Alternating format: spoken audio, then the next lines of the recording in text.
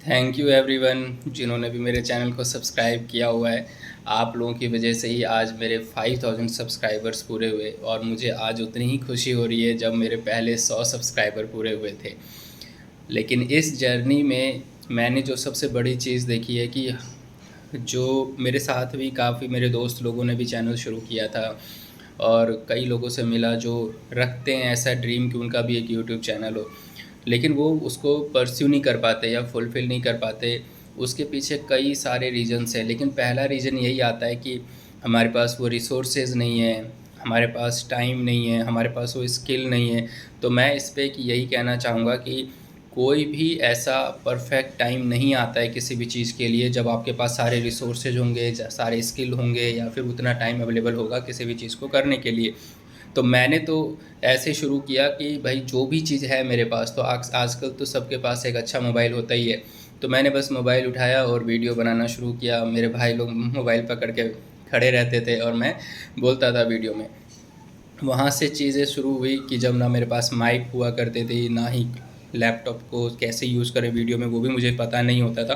फिर धीरे धीरे मैं सीखता चला गया और फिर वो परफेक्शन का वेट नहीं किया मैंने कि किसी दिन ऐसा आएगा कि मैं अभी बहुत ही प्रोफेशनल वीडियो बनाया करूँगा। तो ऐसा कुछ नहीं है। आप जो भी चाहते हैं या जिस फील्ड में भी आपको आगे बढ़ना है, आप उसको जब आइडिया आए ना उसी दिन से शुरू कर दो और कंटिन्यू करो उस चीज़ को।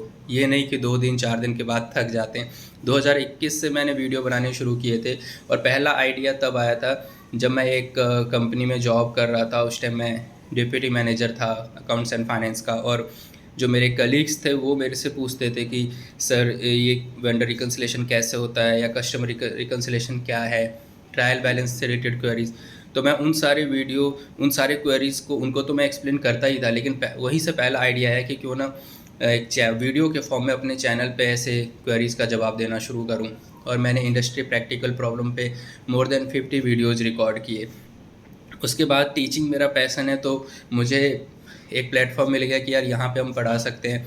तो मैंने दिल्ली यूनिवर्सिटी के बच्चों के लिए 7 या 8 सब्जेक्ट मैंने एक्सप्लेन किया।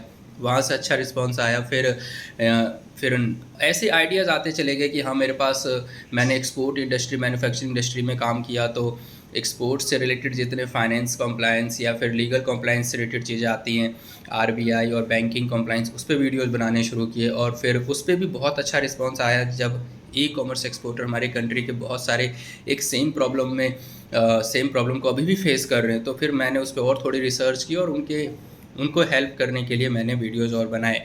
अब नया आइडिया आ गया है कि ठीक है, इनके साथ साथ मैं सीए स्टूडेंट्स को भी थोड़ा बहुत गाइड कर पाऊँ, और सीए इंटरमीडिएट्स के लिए भी मैंने क्लासेस रिकॉर्ड करनी शुरू की। तो ये जो है सबसे पहला जो हमारा मोटिव होता है ना कि हम किसी भी चीज़ को करने लग जाते हैं तो ऐसा लगता है कि अर्निंग कितनी होगी, और फिर वो गोल शिफ्ट हो जाता है या गोल चेंज हो जाता है। जो हम पैशन को परस्यू करने की बात कर रहे थे, जो हम किसी प्रॉब्लम पे सॉल्यूशन देने की बात कर रहे थे, वो सारा शिफ्ट हो जाता है अर्निंग की तरफ।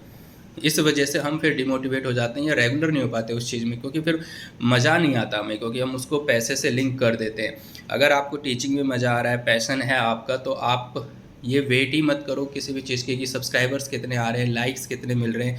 आपका मोटिव है आपको अपनी नॉलेज शेयर करनी है। और मैंने इसी मोटिव से वो वीडियोज़ बनाने शुरू किया। और मुझे याद है 2021 से लेकर 2022 के मिड तक, मतलब लगभग फर्स्ट 18 मंथ, 18 महीने में कोई व्यूज़ नहीं आते थे। इवन हम चारों भाई बैठ के खुद ही वीडियो देखते थे यार, लाइक्स 3-4 लाइक्स होते थे, वो भी भाई लोगों के या फैमिली मेम्बर्स के ही होते थे। लेकिन धीरे धीरे 18 महीने की मेहनत के बाद जब मेरे चैनल पे 200-250 लेक्चर्स अपलोड हो गए थे, तब एक ऐसा दिन आया कि एक ही महीने में मेरे 2 या 2,500 सब्सक्राइबर आ गए, उस पर व्यूज़ आने शुरू हो गए। तो अब चैनल मोनेटाइज भी हो गया, फर्स्ट अर्निंग भी आ गई।